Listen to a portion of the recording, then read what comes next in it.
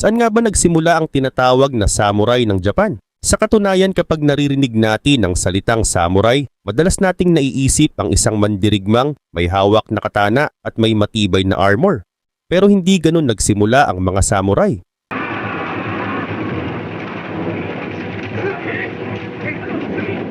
Bago sila naging makapangyarihan, nagsimula muna sila bilang mga mandirigmang nagpoprotekta sa lupa at ari-arian ng mga mayayamang pamilya sa Japan. Mahina kasi noon ang kontrol ng emperor sa malalayong lugar ng Japan, kaya naman mas lalong lumakas ang mga mandirigmang ito. Pero ang tanong, saan ba nagsimula ang lahat? Paano sila nabuo? Sino ang unang pinuno nila? At iyan ang ating aalamin. Bumalik tayo sa late 8th century.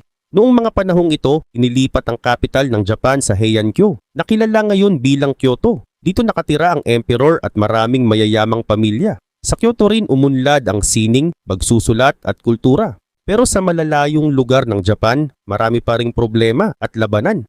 At gaya ng sinabi ko kanina, hindi pa lubos na kontrolado ng government ang buong Japan. Sa hilagang bahagi ng Honshu, may mga grupong tinatawag na emishi. Matagal nang nakatira ang mga emishi sa lugar na yun. Ayaw nilang mapasailalim sa kapangyarihan ng emperor. Mahusay din silang sumakay sa kabayo at gumamit ng pana. Dahil dito, nahirapan ang mga sundalo ng government na labanan sila. Nagpadala pa nga ang emperor ng mga sundalo sa hilaga para labanan ang mga emishi. Pero habang tumatagal, may isa pang problema. Marami pang malalayong lupain ang mahirap bantayan ng government.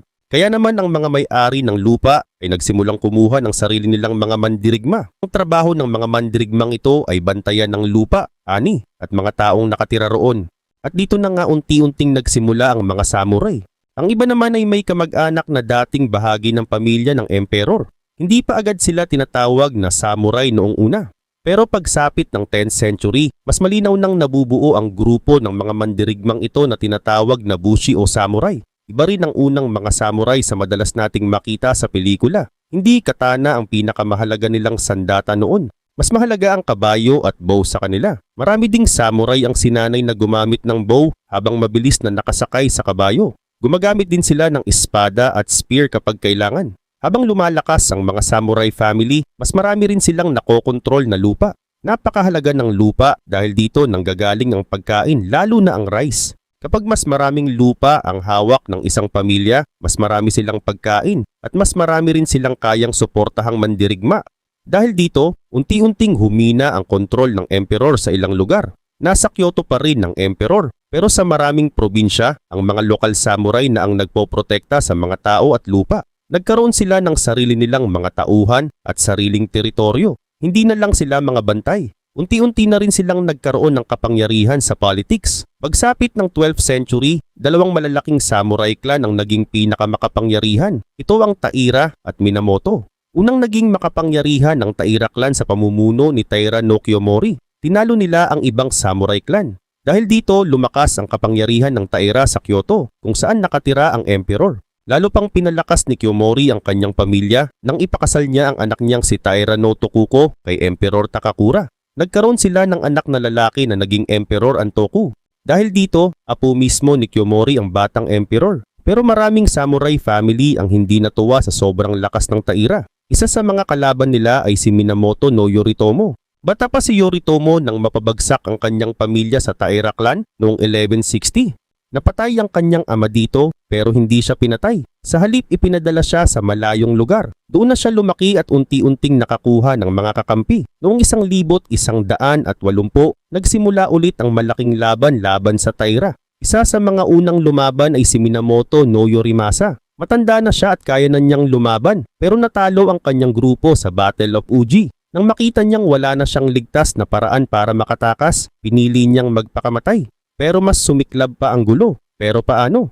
Ipinagpatuloy din kasi ng ibang Minamoto leaders ang laban. Isa sa pinakamahalaga sa kanila ay si Minamoto no Yoritomo.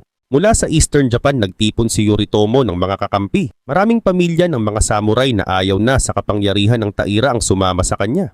Dito nagsimula ang Genpei War, isang malaking digmaan sa pagitan ng Taira at Minamoto na tumagal mula 1180 hanggang 1185. Ang laban na ito ang magdedesisyon kung aling samurai clan ang magiging pinakamakapangyarihan sa Japan. Habang tumatagal ang digmaan, unti-unting napabagsak ang Taira. Napilitan silang umalis sa Kyoto. Dinala rin nila ang batang Emperor Antoku habang tumatakas papunta sa Western Japan. Noong 1185 habang tumatakas, naganap ang malaking Battle of Dan no Ura. Naglaban sa dagat ang mga barko ng Taira at Minamoto. Sa huli, natalo ang Taira.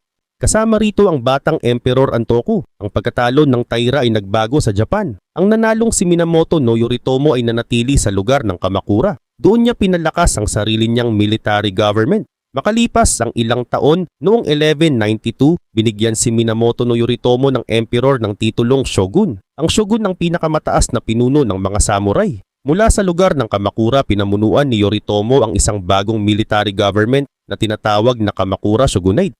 Nananatili pa rin ang emperor sa Kyoto, pero malaking bahagi ng tunay na kapangyarihan sa military at pamamahala ng mga probinsya ay napunta na sa government ng shogun. Sa ilalim ng sistemang ito, may mga makapangyarihang samurai family na namamahala sa iba't ibang lugar. May sarili silang mga mandirigma na nagsisilbi at lumalaban para sa kanila. Dahil dito, nagbago ang papel ng mga samurai.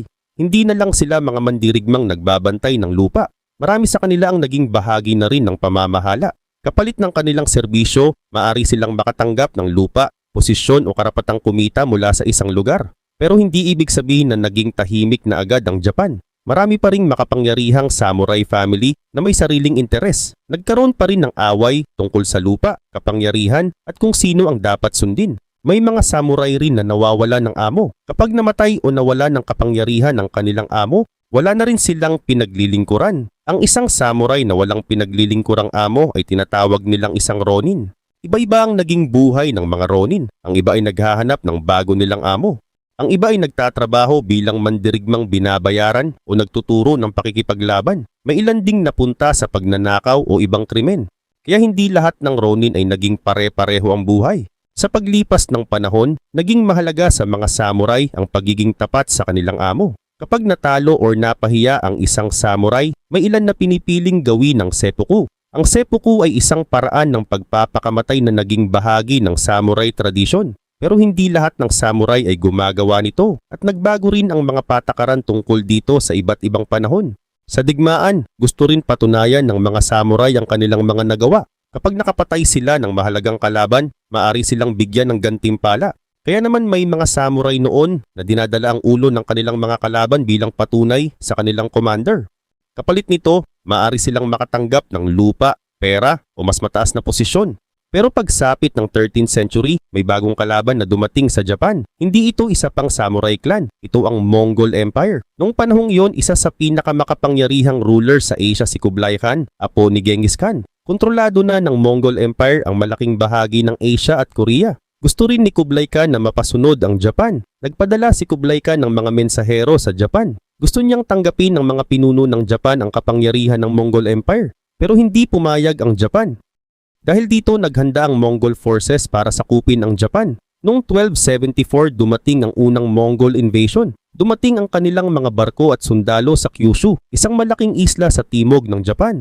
Dito nakita ng mga samurai na ibang-iba ang paraan ng pakikipaglaban ng Mongol army. Sanayang maraming samurai na lumaban sa maliliit na grupo. Pero ang Mongol soldiers ay sama-samang umaatake bilang isang malaking army. Gumagamit din sila ng maraming bow at iba't ibang sandata. Dahil dito, nahirapan ang mga samurai sa simula. Pero nahirapan din ang Mongol forces. Kailangan nilang magdala ng pagkain, armas, kabayo at iba pang supplies mula Korea papunta sa Japan. Mahirap gawin ito dahil kailangan nilang tumawid sa dagat. Sa huli hindi nagtagumpay ang unang Mongol invasion noong 1274. Umatras ang kanilang puwersa. Pero hindi sumuko si Kublai Khan. Alam ng mga Japanese na maaring bumalik ang Mongol forces. Kaya naghanda sila. Nagpatayo sila ng mga pader at iba pang depensa sa Kyushu. Naglagay din sila ng mas maraming sundalo sa mga baybayin. Noong 1281 bumalik ang Mongol forces. Mas malaki ang kanilang army at mas marami ang kanilang barko kaysa sa unang invasion.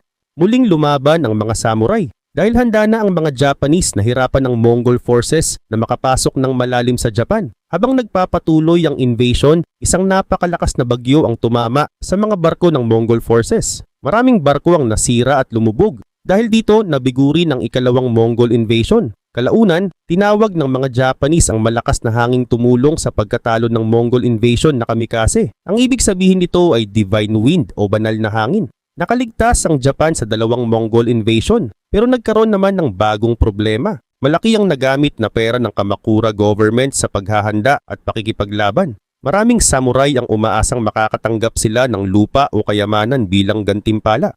Pero walang bagong lupang nasakop ang Japan. Ang ginawa lang nila ay protektahan ang sarili nilang bansa. Dahil dito, marami sa kanila ang nadismaya at nagalit sa Kamakura government. Unti-unting humina ang tiwala ng maraming samurai sa kanilang government. At sa mga susunod na taon, ang problemang ito ay magiging isa sa mga dahilan kung bakit hihina ang Kamakura shogunate. At bago natin talakayin ng iba pang anggulo, ay pag-usapan muna natin ang sandata ng mga samurai.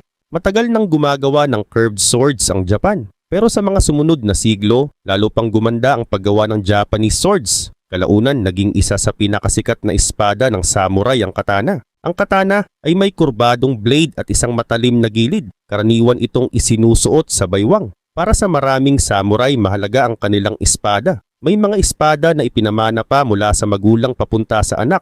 May mas malalaking espada rin tulad ng odachi. Mas mahaba ito kaysa katana at mas mahirap gamitin. Gumagamit din ng mga samurai ng pana at sibat, kaya hindi katana lang ang sandata nila. Mahalaga rin yung armor. Karaniwang gawa ang samurai armor sa maliliit na piraso ng metal at leather na pinagdurugtong gamit ang tali. Dahil dito, protektado ang katawan pero nakakagalaw pa rin ang samurai. Ang helmet naman ay tinatawag na kabuto. Ginagawa ito para protektahan ang ulo habang nakikipaglaban. Pero kahit nakaligtas ang Japan sa Mongols, hindi naging tahimik ang bansa. At heto na nga. Sa paglipas ng panahon, humina na ang Kamakura shogunate. Gaya ng sinabi ko kanina, ay dahil nga ito sa wala na silang tiwala sa government. Noong 1333, bumagsak ang Kamakura shogunate. Pagkatapos nito, may bagong samurai government na nabuo. Tinawag itong Ashikaga shogunate pero hindi rin ito nakontrol ng maayos ang buong Japan. Maraming malalakas na samurai leader sa mga probinsya ang may sarili ng army at sariling lupa. Ang mga makapangyarihang local leader na ito ay tinatawag na daimyo. Habang humihina ang shogun, mas lumalakas naman ang mga daimyo. Noong 1467, nagsimula ang Onin War sa Kyoto. Nagsimula ang problema dahil sa away tungkol sa kung sino ang susunod na shogun. Pero mabilis itong lumaki dahil sumali ang iba't ibang samurai clan. Tumagal ang Onin War ng halos 11 years. Maraming bahagi ng Kyoto ang nasira dahil sa labanan.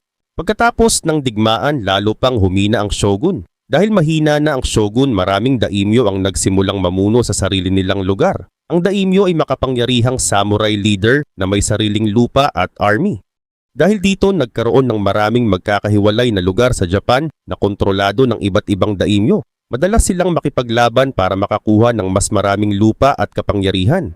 Ang panahong ito ay tinawag na Sengoku period o Warring States period. Tumagal ito ng mahigit 100 taon. Habang patuloy ang mga digmaan, may bagong sandata na dumating sa Japan. Noong 1543, dumating ang ilang Portuguese sa Tanegashima, isang isla sa timog ng Japan.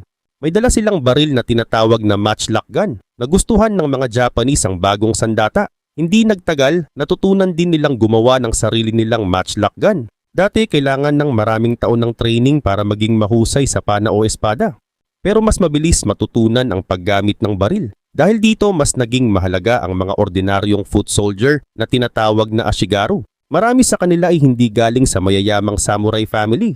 Pero kapag nabigyan sila ng training at baril, maari silang maging malaking tulong sa isang army. Maraming daimyo ang mabilis na gumamit ng baril dahil nakita nilang malakas itong sandata. Isa sa mga pinunong mahusay gumamit ng baril ay si Oda Nobunaga. Si Oda Nobunaga ay isang makapangyarihang daimyo. Gusto niyang tapusin ang walang tigil na digmaan at pagsamahin ng Japan sa ilalim ng isang malakas na government. Gumamit si Nobunaga ng samurai, ashigaru, bow, sibat at baril sa kanyang army. Dahil dito, marami siyang laban na napanalunan. Noong 1568, nakapasok si Nobunaga sa Kyoto at lalo pang lumakas ang kanyang kapangyarihan. Noong 1573, napabagsak niya ang Ashikaga shogunate. Pagkatapos nito, ipinagpatuloy niya ang pagsakop sa iba pang bahagi ng Japan. Pero marami pa rin siyang kalaban. May mga daimyo na ayaw sumunod sa kanya. Mayroon ding ilang Buddhist group na may sariling army at malalakas na base. Isa sa pinakamalaking kalaban ni Nobunaga ang Ishiyama Honganji sa Osaka. Isa itong malaking Buddhist temple na parang fortress din. Tumagal ng maraming taon ang labanan bago ito sumuko noong 1580. Nilabanan din ni Nobunaga ang mga mandirigma sa Iga. Kilala ang lugar na ito sa mga fighter na gumagamit ng spying, bigla ang pag-atake at pagtatago. Kalaunan naiugnay ang mga ganitong mandirigma sa tinatawag na ninja. Habang dumarami ang lugar na nasasakop ni Nobunaga, palapit na siya ng palapit sa kanyang goal na pag-isahin ng Japan. Pero noong 1582, biglang nagbago ang lahat. Isa sa sarili niyang generals na si Akechi Mitsuhide ang nagtaksil sa kanya. Inatake ng mga tauhan ni Mitsuhide si Nobunaga habang nasa Honnoji Temple sa Kyoto. Napapalibutan si Nobunaga at wala na siyang ligtas na paraan para makatakas. Namatay siya sa insidenteng iyon. Pagkatapos mamatay ni Nobunaga, inakala ni Mitsuhide na makukuha niya ang kapangyarihan. Pero hindi ito nagtagal dahil may isa pang general si Nobunaga at siya si Toyotomi Hideyoshi. Nang malaman ni Hideyoshi na namatay si Nobunaga, mabilis niyang dinala ang kanyang army laban kay Mitsuhide. Napabagsak ni Hideyoshi ang army ni Mitsuhide. Namatay rin si Mitsuhide habang paalis upang makaligtas. Pagkatapos nito, si Hideyoshi ang naging isa sa pinakamakapangyarihang leader sa Japan. Kakaiba ang buhay ni Hideyoshi dahil hindi siya ipinanganak sa isang makapangyarihang samurai family. Nagmula siya sa simpleng pamilya at nagsimula bilang mababang tauhan ni Nobunaga. Pero dahil mahusay si Hideyoshi sa military at pamumuno, unti-unti siyang binigyan ng mas mahahalagang trabaho. Sa paglipas ng panahon, naging isa siya sa pinakamahusay na generals ni Nobunaga. Pagkatapos mamatay ni Nobunaga, ipinagpatuloy ni Hideyoshi ang plano na pag-isahin ng Japan. Isa-isa niyang tinalo o pinasunod ang mga natitirang daimyo. Pagsapit ng 1591, halos buong Japan ay nasa ilalim na ng kanyang kontrol. Gusto rin ni Hideyoshi na pigilan ang mga daimyo at ordinaryong tao na magsimula ulit ng rebelyon. Noong 1588, ipinag-utos niya na kunin ang mga espada at iba pang sandata mula sa maraming ordinaryong tao. Tinawag itong sword hunt. Ang layunin nito ay gawing mas mahirap para sa mga farmers at ibang ordinaryong tao na lumaban sa government. Mas naging malinaw din ang paghihiwalay ng samurai at ordinaryong mamamayan. Dahil sa mga ginawa ni Hideyoshi, unti-unting natapos ang maraming digmaan sa loob ng Japan. Pero hindi pa natapos ang kanyang plano. Matapos mapag-isa ang Japan, gumawa si Toyotomi Hideyoshi ng mas malaking plano. Gusto niyang palawakin ang kanyang kapangyarihan sa labas ng Japan. Noong 1592, nagpadala siya ng humigit kumulang 150,000 Japanese soldiers sa Korea. Mabilis na nakapasok ang Japanese army sa Korea at nasakop nila ang ilang mahahalagang lungsod. Pero hindi ibig sabihin na napabagsak na ang Korea. Patuloy na lumaban ang mga Korean. Dumating din ang mga sundalo ng Ming China para tumulong sa Korea. Dahil dito, naging mas mahirap ang digmaan para sa Japan. Sa digmaang ito may malupit na paraan ang ilang Japanese warrior para patunayan kung ilan ang kanilang napatay. Dati dinadala nila ang ulo ng kanilang natalong kalaban bilang patunay. Pero sa Korea naging karaniwan din ang pagkuha ng ilong at minsan ay bahagi ng tenga. Ang mga ito ay ipinadala pabalik sa Japan at itinuring na patunay ng kanilang nagawa sa digmaan. Hindi lamang mga sundalo ang naging biktima. May mga ordinaryong Korean at mga sundalo mula sa Ming China na naging biktima rin. Sa Kyoto may isang burial mound na kaugnay ng pangyayaring ito. Tinatawag itong Mimizuka na nangangahulugang ear mound. Pero malaking bahagi ng nakalibing dito ay mga ilong na dinala mula sa Korea. Ang Mimizuka ay ginawa noong 1597 at nananatili pa rin sa Kyoto hanggang ngayon. Habang nagpapatuloy ang digmaan, nahirapan ng Japanese army na tuluyang kontrolin ng Korea. Patuloy ang paglaban ng Korean forces habang tumutulong naman ang Ming China. Nahihirapan din ang Japan na magdala ng pagkain, mga armas at ibang supplies sa kanilang mga sundalo. Noong 1597, nagpadala ulit si Hideyoshi ng malaking puwersa sa Korea. Pero hindi rin nito natapos ang digmaan. Noong 1598, namatay si Toyotomi Hideyoshi. Pagkatapos ng kanyang kamatayan, iniutos ng mga pinuno ng Japan na umuwi ang kanilang mga sundalo. Natapos ang halos 7 years na digmaan nang hindi nasakop ng Japan ang Korea o China. Pero ang pagkamatay ni Hideyoshi ay nagdulot ng panibagong problema sa Japan. Bata pa ang anak niyang si Toyotomi Hideyori. Kaya bago mamatay si Hideyoshi, nag-iwan siya ng grupo ng malalakas na daimyo na tutulong mamahala habang bata pa ang kanyang anak. Isa sa kanila ay si Tokugawa Ieyasu, isa sa pinakamakapangyarihang daimyo sa Japan. Pagkatapos mamatay ni Hideyoshi, muling nahati ang malalakas na daimyo. Noong 1600, nagharap ang dalawang malaking grupo sa Battle of Sekigahara. Nanalo ang grupo ni Tokugawa Ieyasu. Dahil sa tagumpay na yon, si Ieyasu na ang naging pinakamakapangyarihang military leader sa Japan. Noong 1603, binigyan siya ng emperor ng titulong shogun. Dito nagsimula ang Tokugawa Shogunate. Itinatag ng Tokugawa family ang kanilang government sa Edo. Ang Edo ang lungsod na kilala natin ngayon bilang Tokyo. Sa ilalim ng Tokugawa, mas naging mahigpit ang pagkontrol sa mga daimyo. Gusto ng shogun na siguraduhing wala ng malaking samurai clan na makakapagsimula ulit ng civil war. Nagtagumpay ang sistemang ito. Sa loob ng mahigit 250 years, naging mas mapayapa ang malaking bahagi ng Japan kumpara sa panahon ng Sengoku. Dahil kaunti na ang malalaking digmaan, nagbago rin ang trabaho ng samurai. Maraming samurai ang hindi na palaging nasa battlefield. Ang iba ay naging government official, tagapamahala, guro o scholar. May mga samurai ring nag-aral ng pagsusulat, poetry at iba pang sining. Sa panahong ito, mas nabuo rin ng sikat na ideya tungkol sa Bushido o Way of the Warrior. Ito ang mga ideya tungkol sa pagiging tapat, disiplinado, matapang at handang magsakripisyo. Pero walang iisang Bushido rulebook na sinusunod ng lahat ng samurai sa buong kasaysayan. Nagbago ang mga ideyang ito depende sa panahon at lugar. Nagbago rin ang relasyon ng Japan sa ibang bansa. Noong 17th century, nilimitahan ng Tokugawa government ang pagpasok ng maraming dayuhan at mahigpit ding kinontrol ang paglalakbay ng mga Japanese palabas ng bansa. Pero hindi tuluyang isinara ang Japan sa buong mundo. Patuloy pa rin ang limitadong trade lalo na sa mga Dutch at Chinese merchants sa Nagasaki. May ugnayan din ang Japan sa Korea at iba pang kalapit na lugar. Tumagal ang Tokugawa system ng mahigit 2 centuries. Pero pagsapit ng 19th century, mas malakas na ang mga bansa sa Europe at United States. Meron silang modernong barko, baril at industrial technology. Noong 1853 dumating sa Japan si Commodore Matthew Perry ng United States Navy kasama ang mga modernong warship. Gusto ng United States na magbukas ang Japan ng mga port para sa kanilang mga barko. Bumalik si Perry noong 1854. Sa huli nilagdaan ng Japan at United States ang Treaty of Kanagawa. Binuksan nito ang Shimoda at Hakodate para magamit ng mga American ship. Sumunod din ang iba pang kasunduan sa mga Western country. Malaking problema ito para sa Tokugawa shogunate. Maraming Japanese ang nagtanong kung bakit hindi kayang pigilan ng shogun ang mga dayuhan. Nahati rin ang mga samurai. May gustong paalisin ang mga dayuhan. May iba namang naniniwala na kailangang matuto ang Japan mula sa Western countries para lumakas. Lumaki ang away hanggang magkaroon ng labanan sa pagitan ng mga supporter ng shogun at ang mga gustong ibalik ang pamumuno sa emperor. Noong 1867, ibinalik ng huling Tokugawa shogun na si Tokugawa Yoshinobu ang kanyang kapangyarihan sa emperor. Noong sumunod na taon, nagsimula ang malaking pagbabago na tinatawag na Meiji Restoration. Ang bagong emperor ay si Emperor Meiji. Gusto ng bagong government na gawing modernong bansa ang Japan. Kumuha sila ng ideas, technology at military system mula sa mga Western country. Pero para magawa iyon, kailangan din nilang alisin ang lumang sistema na nagbigay ng espesyal na posisyon sa mga samurai. Unti-unting nawala ang mga espesyal na karapatan ng mga samurai. Noong 1873, gumawa ang Japan ng bagong military system kung saan maaari nang kunin bilang sundalo ang ordinaryong lalaki. Ibig sabihin hindi na kailangang samurai ang isang tao para maging bahagi ng army.